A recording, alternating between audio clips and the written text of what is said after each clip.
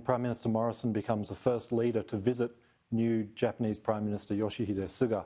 So it's very important. And I think the price that Prime Minister Morrison's paying with the 14 days in quarantine for a very short 24-hour trip shows just how important it is for the leaders to have a face-to-face meeting and build a personal relationship. And a lot of common, there's a common worldview, I guess, in many respects, in terms of both being democracies and both having the US as our most important security guarantor and China our biggest economic trading partners. That's a common situation for both countries. That's correct, and we have strongly aligned interests.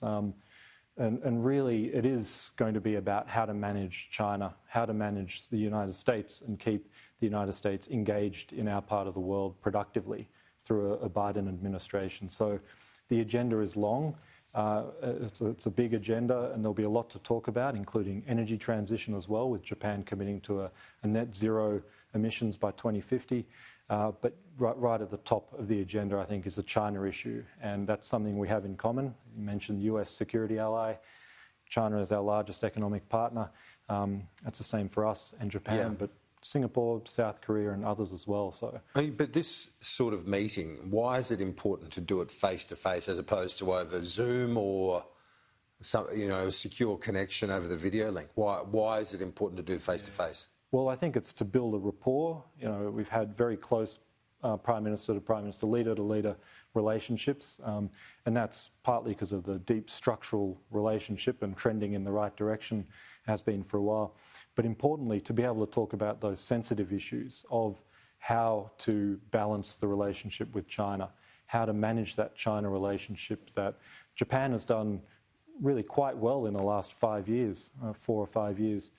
Japan has improved its relationship with China while getting closer to the Trump administration than arguably any other country, and without compromising on any principles or values. Can the Prime Minister learn something from the Japanese approach? Because that's something that Australia's been struggling to grapple with, that the response to the increasingly assertive China, but still trying to keep that economic relationship on an even keel, because we've seen the trade retaliation from Beijing recently. Yeah, and look, just to remind ourselves that Japan is much closer to China, has territorial dispute next door, territorial dispute with the Senkaku Diaoyu Islands, and there are Chinese incursions in that area almost daily, I think daily. So that's a difficult one for Japan to manage. And of course, we can be learning from how Japan and others in the region manage the China relationship.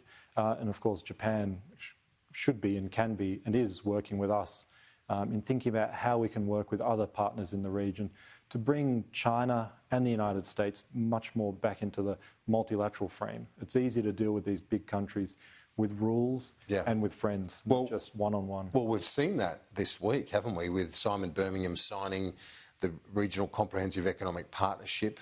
It's got that unfortunate acronym, RCEP is what it's called, but basically it's an important one because it's 15 nations, including China, Japan, South Korea and Australia. Do you think that mechanism is a way that Australia can start to cool things down in terms of the economic relationship with China? Yeah, it creates another opportunity and an important opportunity to do so.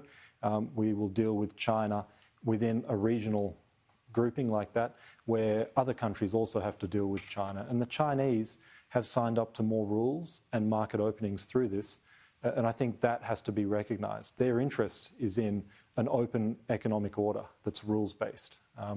We don't often recognise that, I think, but it's important to understand their interest is in keeping markets open, avoiding countries ganging up on it.